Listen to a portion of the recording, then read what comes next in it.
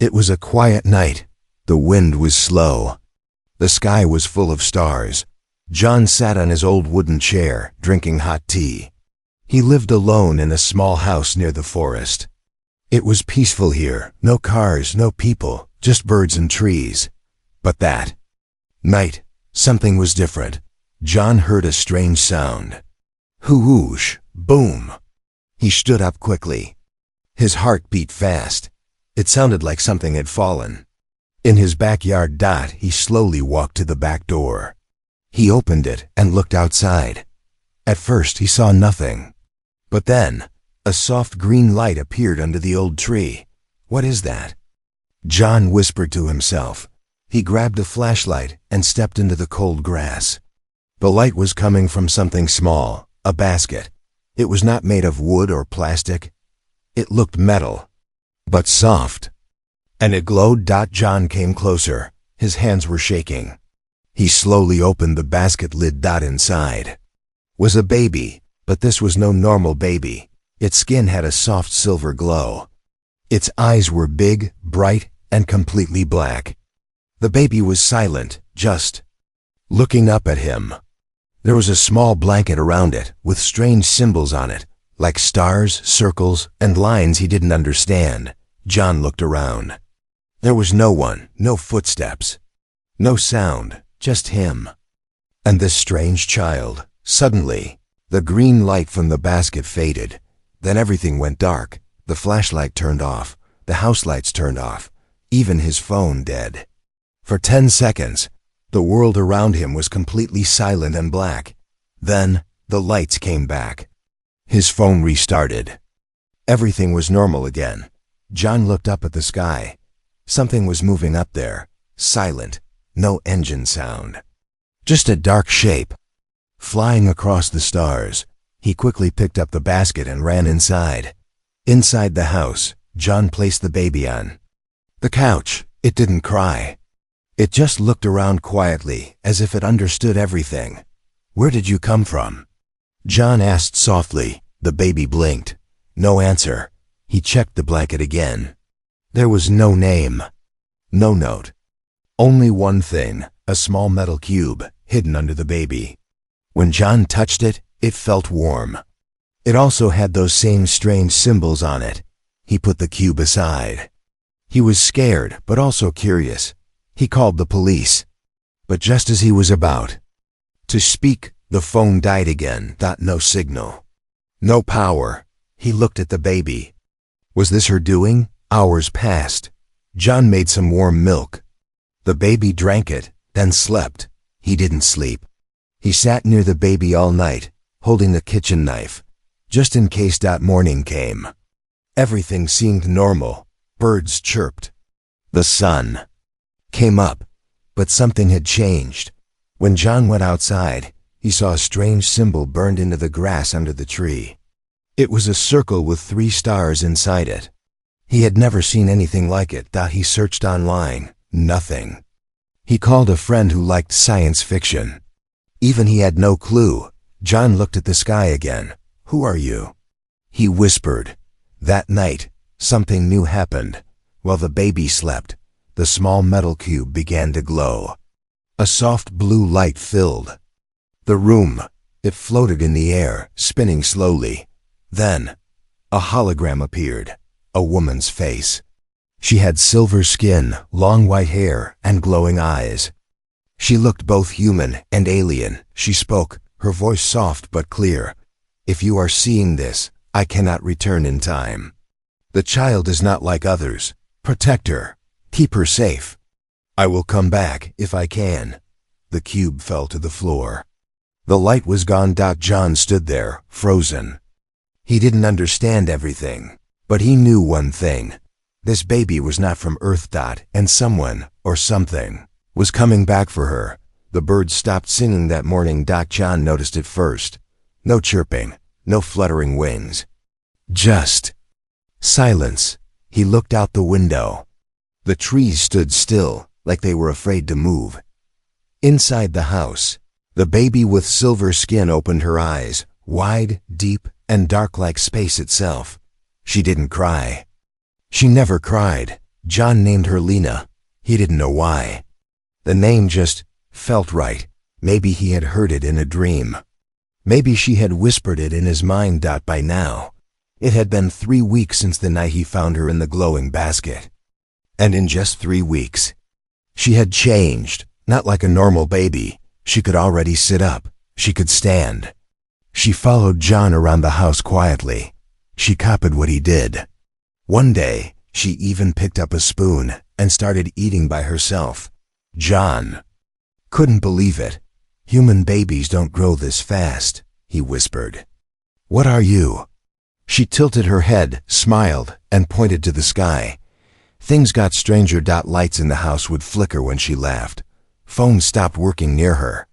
One night, John saw her sitting in the middle of the room, making small toys float in the air without touching them. She had powers. One evening, as John washed the dishes, Lena stood near the window. She raised her small hand. The glass cracked, not broken, but like ice had touched it. Then she looked at John, her eyes glowing a soft blue. "I saw you," John said. "I saw what you did." Lena blinked slowly, as if she didn't understand. Maybe she did. Later that night, John sat on his bed with the small metal cube the alien woman had left behind. He still didn't know what it was. It hadn't glowed since the first night. Until now. Suddenly, the cube lit up again. This time, it didn't show a face. It showed stars, a sky full of moving planets and blinking lights. A map, but not of Earth. Lena walked in, sat beside John, and touched the cube. The lights shifted. Her hand made the stars change direction. She was connected to it. Somehow, it answered her. John felt a chill. "You're not just any alien child. You're special. And they're looking for you, aren't they?" Lena didn't speak, but her eyes said yes. The next day, John noticed a drone flying outside his house. Small, black and silent. It stopped above his roof and hovered. John stepped outside, pretending to drink tea. The drone turned, scanned him, and flew away fast, disappearing into the clouds. He felt a cold fear. They found us. John started hiding Lena from the outside world. He didn't take her to hospitals, no schools, no photos online.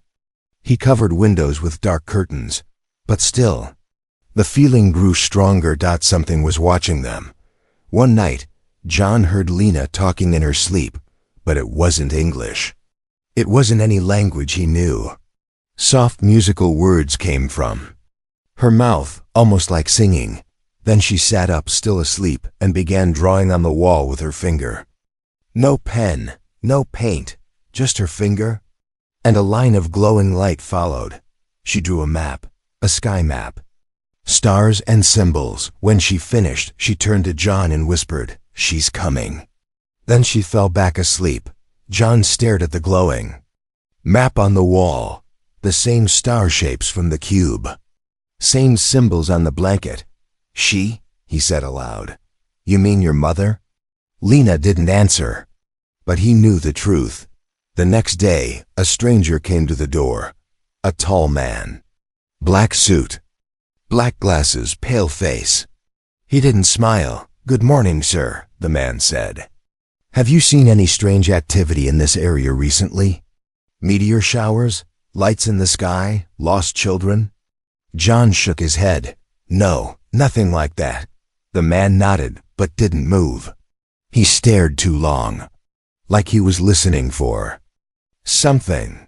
Behind John, "Strange things are happening in this town," the man said. "If you notice anything unusual, please report it." He gave John a plain white card. No number, no name. Just a black star in the center. Then he walked away. John closed the door fast and locked it. Lena was hiding behind the curtain. That night, the cube glowed again. But not blue. Red. A new voice spoke, different from the woman's voice before. This one was deep, cold, angry. "We are coming for the child. She does not belong on Earth. Protecting her is dangerous. You have been warned." The light went out. John turned to Lena. She was floating a few inches off the ground. Her eyes glowed white. John started dreaming in a language he didn't know. Every night, the same dream. A sky filled with thousands of eyes. A woman running through fire. A child floating in space, calling his name, and a voice, not loud, but always clear. Protect her. They are listening. John would wake up sweating. The dreams were too real, too sharp, and every time. Lena was standing near his bed, just staring. She never woke him. She just watched. Lena had changed again. Her skin was brighter now, a soft silver glow under her pale face. She didn't speak, but she could move things with her mind more easily. Toys floated around her. Books opened by themselves. Water bent inside its glass when she looked at it. And something else. She could draw. Not like a child, like an architect. Her tiny fingers moved fast on the paper, drawing star charts, ships, and machines John couldn't understand. It was like she remembered a world. That wasn't this one. One morning, Lena walked to the backyard, barefoot, her eyes focused on the sky. She sat under the old tree where John first found her. She placed her hands on the ground, and the grass turned blue beneath her fingers. Lena? John asked, watching from the window. She didn't move. But she whispered something. A word he couldn't understand. Suddenly the sky changed color. For a few seconds, it turned a deep shade of violet. Birds flew away. Even the wind stopped. Then the sky returned to normal. Lena stood up and walked back inside, as if nothing happened. That night, John heard a sound, not with his ears, but inside his head, like a whisper buried deep in his thoughts. A cold, metallic voice. You are not alone, John. He stood up, heart racing. The cube on the table was glowing again. But it wasn't showing stars this time. It showed Earth, and around it, 10, maybe 12 ships. Large, dark, moving silently. He picked it up. They are here. They are listening. You must decide soon. John took Lena to a remote cabin in the woods. No internet, no phones. Just silence. He thought they'd be safe there. But Lena had already sensed it. They were not alone. That night, the cabin lights flickered. The windows fogged from the inside. John walked outside to check the generator. That's when he saw it. A giant triangle-shaped shadow floating just above the trees. Silent. No sound. No wind. Just watching. He ran inside, pulled Lena close, and shut every door and window. But the damage was done. Lena woke up screaming for the first time. Her voice echoed through the cabin, shaking every glass and cup. A mirror cracked. The cube glowed hot red. And then, it spoke again.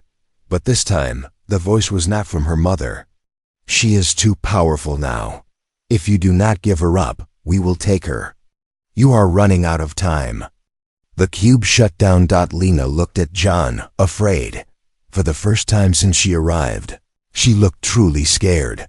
The next morning, John found symbols carved into the trees outside the cabin.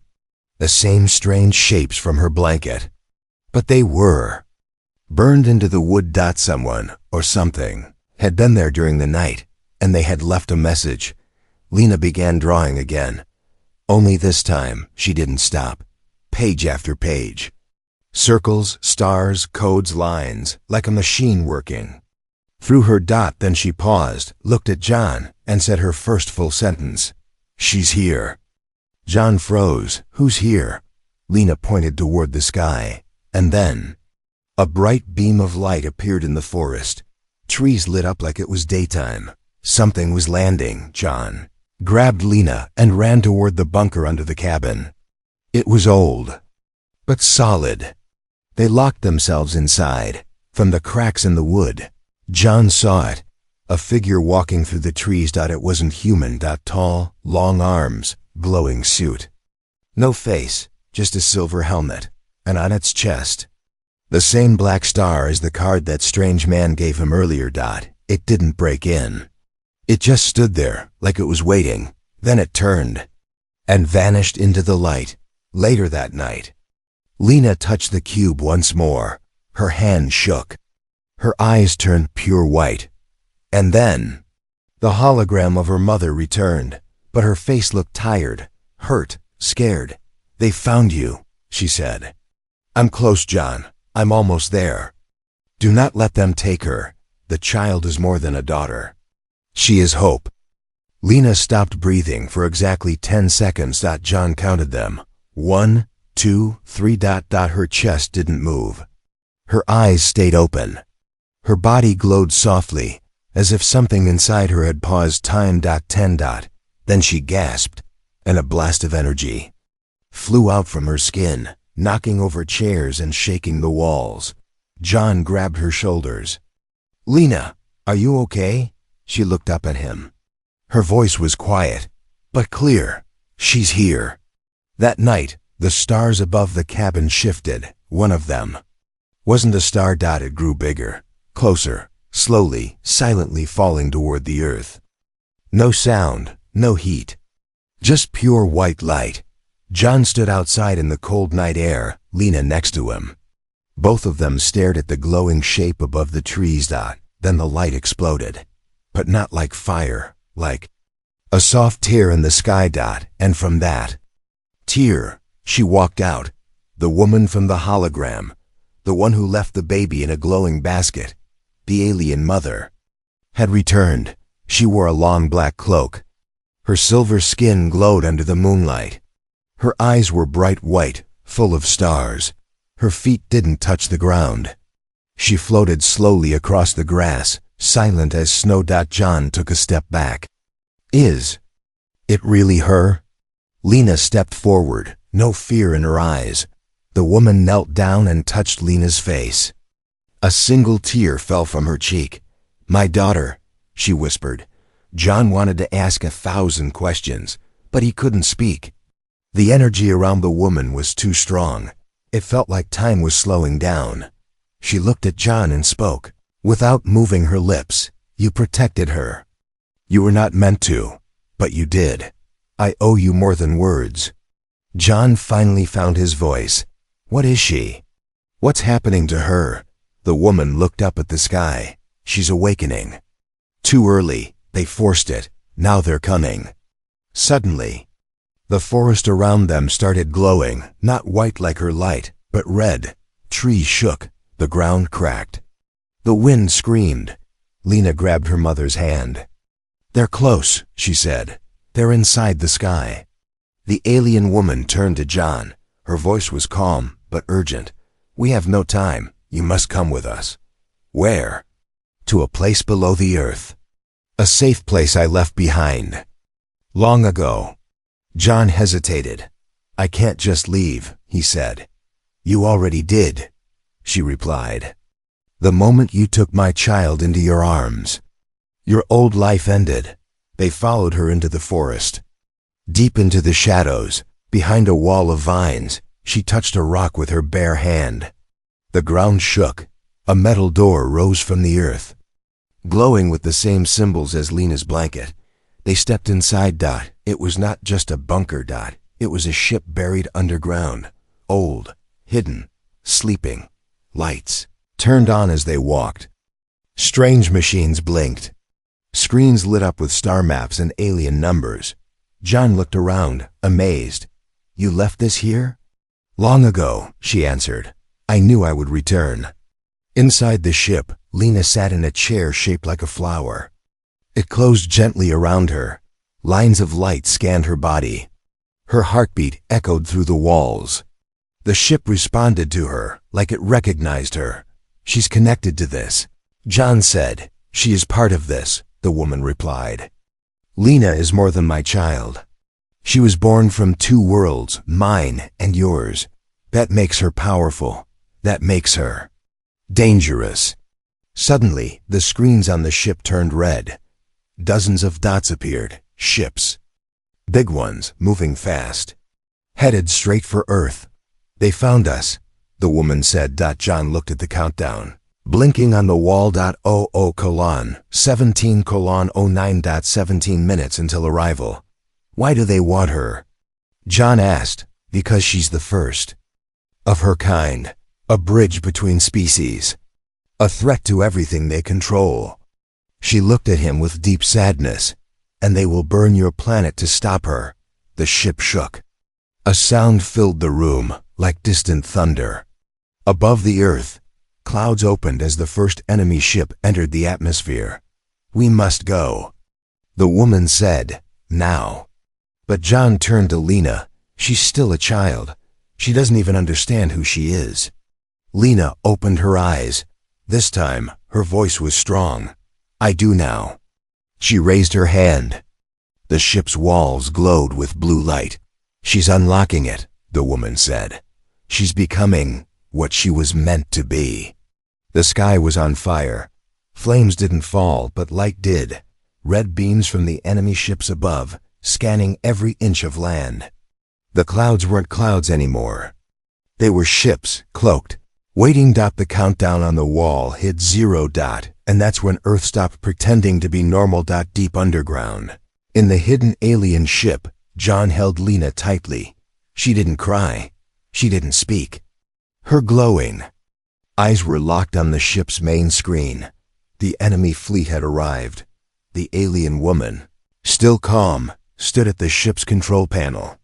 She moved her hands in the air, touching symbols that floated like light. Is this ship strong enough to fight? John asked. She shook her head. We are not fighting, we are running. The ship began to shake. Dust fell from the ceiling.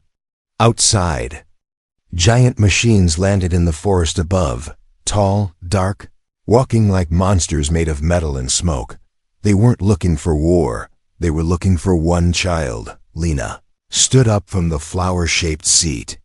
Her small hand touched the wall of the ship. It responded, glowing blue. The engines powered on. The room filled with light. The alien mother looked at her daughter. You remember how to fly it? Lena nodded slowly. I think. It remembers. Me, sirens echoed. The alien woman pulled John into a seat. Hold on to something. The ship launched. Not like a rocket. Like a whisper. Straight up, silent, hidden inside light. The earth opened. The sky bent. And the ship vanished, just seconds before a blast destroyed the forest where it had been. Inside the ship, screens showed Earth below, getting smaller. Enemy ships followed, chasing them into space. Where are we going? John asked. The alien woman stared at a blinking star on the map. To a place where she will be safe. A place even they fear. Lena's voice was quiet. The edge of the void. John frowned. What's the void? The woman's face changed. Fear, memory, it's where light ends. And something worse begins. Suddenly, alarms rang. Enemy ships were catching up. They're faster, John said. No. Lena replied. They're angrier. She raised her hand. The ship turned sharply. Stars blurred around them. She was flying it. The child who once floated toys now controlled a ship older than Earth's pyramids. But the enemy didn't give up. 3 dark ships appeared ahead, waiting like wolves. We're trapped, John said. The alien woman stood slowly. No, not yet. She walked to the center of the ship, opened a hidden panel, and pulled out a crystal orb, glowing red and blue. What's that? John asked. The heart of the ship. I didn't want to use it. Why not? Because once I do, the ship will never return to Earth. She placed the orb into a socket. The ship pulsed with energy. Every wall glowed. The stars outside began to bend. Lena looked scared now. It's too early. I'm not ready. You have no choice, her mother said. The ship dived forward, straight into the enemy line.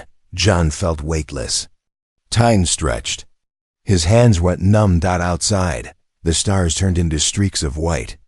The enemy ships fired, but the blasts bent away, missing them by inches. Then, they passed through something, like a wall of glass. And everything went silent. They were no longer in normal space. No stars.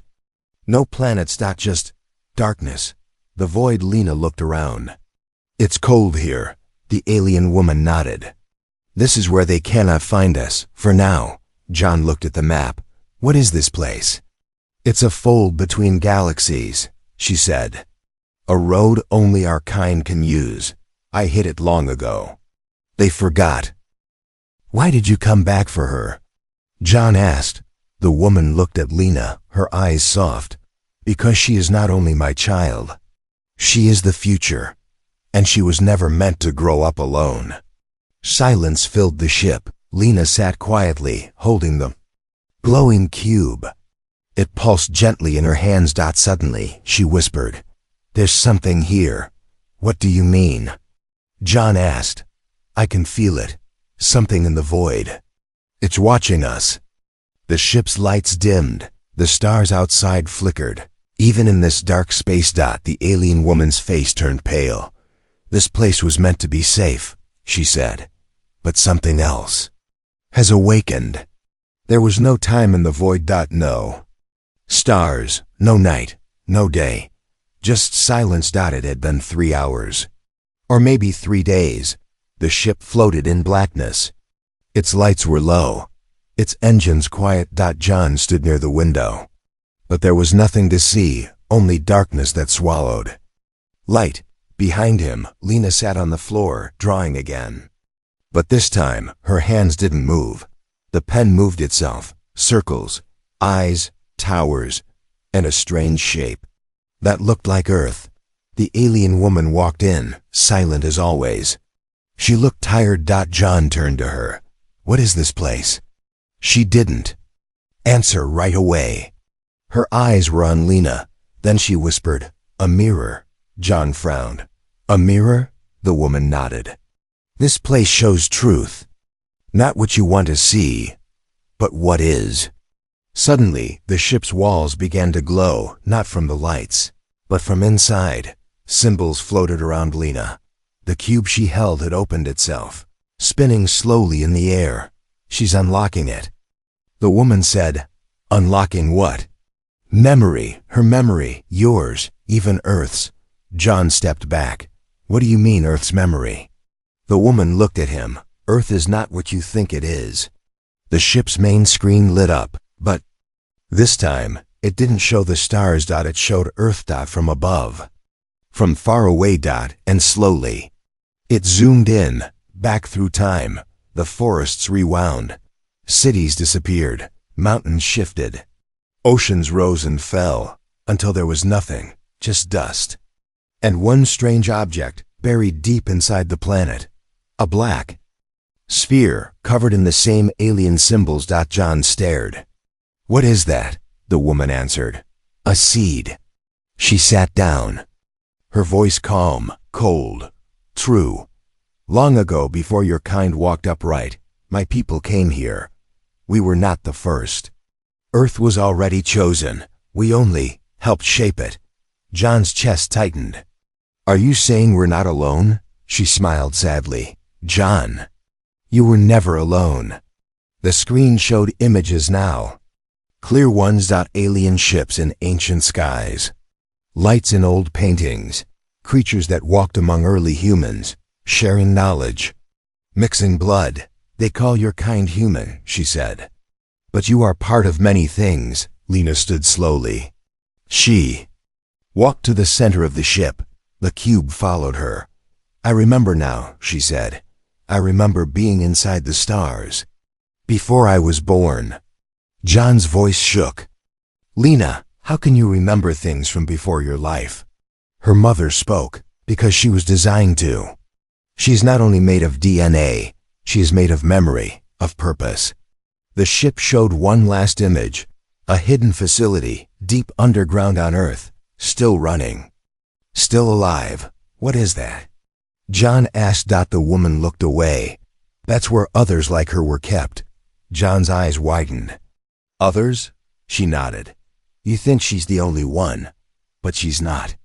She's the only one who survived." John sat down. His hands were shaking. "Why Earth?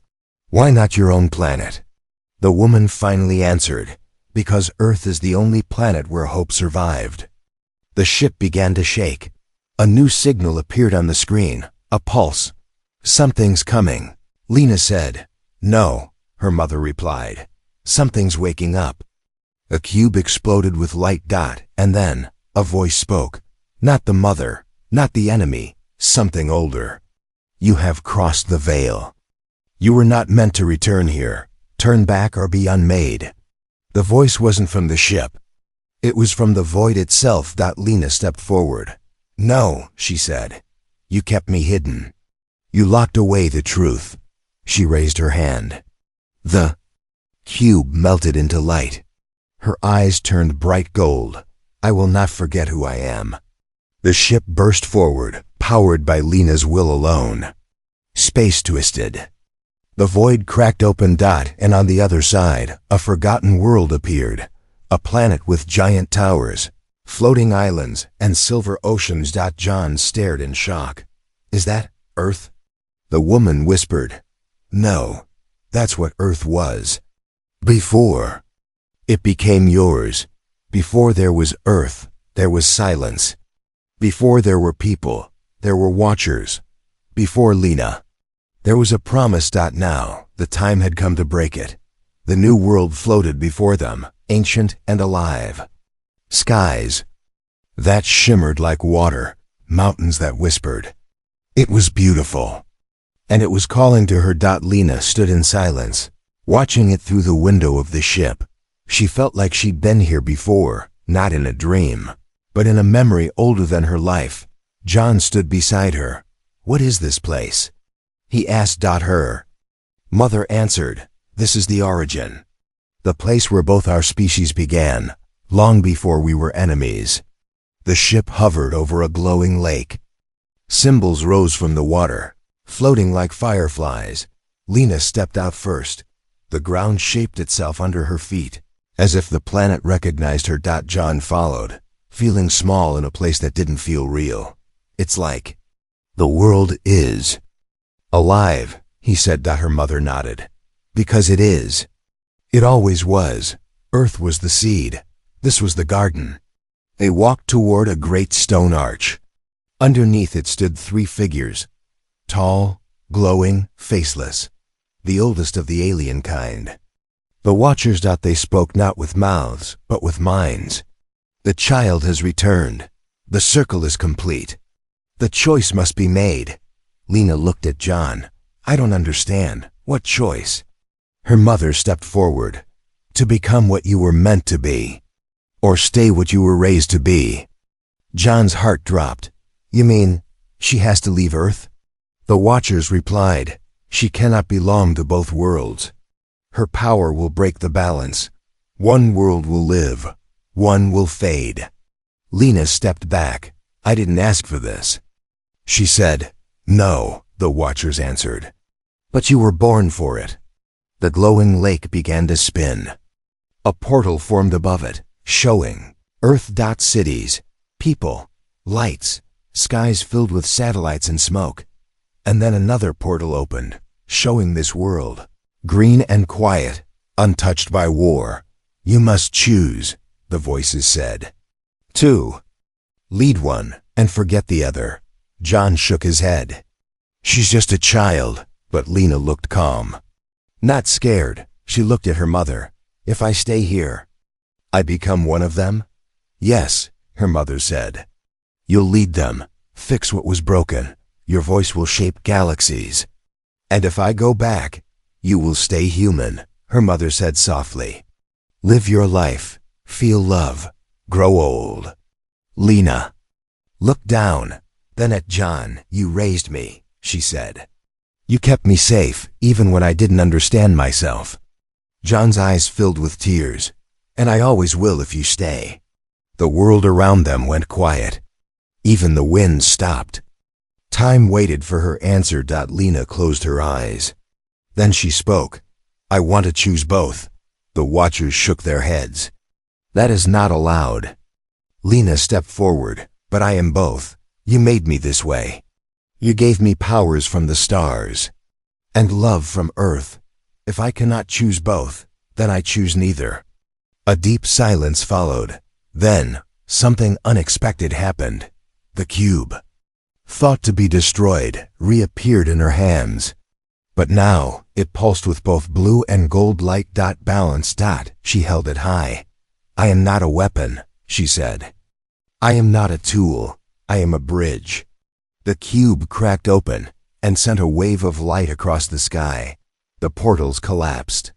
The watchers stepped back. Something ancient and quiet had just changed. The woman, Lena's mother, smiled for the first time.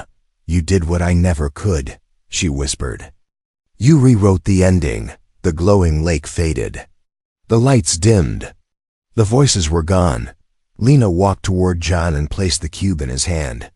I will visit Earth, she said. Sometimes. When the stars allow. John hugged her tightly. I'll always be looking up. A door opened behind her, floating steps into the sky. Her mother walked ahead, but turned one last time. To John. Thank you for raising her as more than just a miracle. He nodded, tears in his eyes. She was never mine, but I was always hers. Lena looked back at the Earth. And then at the stars. She smiled. Both worlds live now, because we dared to care. She stepped into the light and disappeared.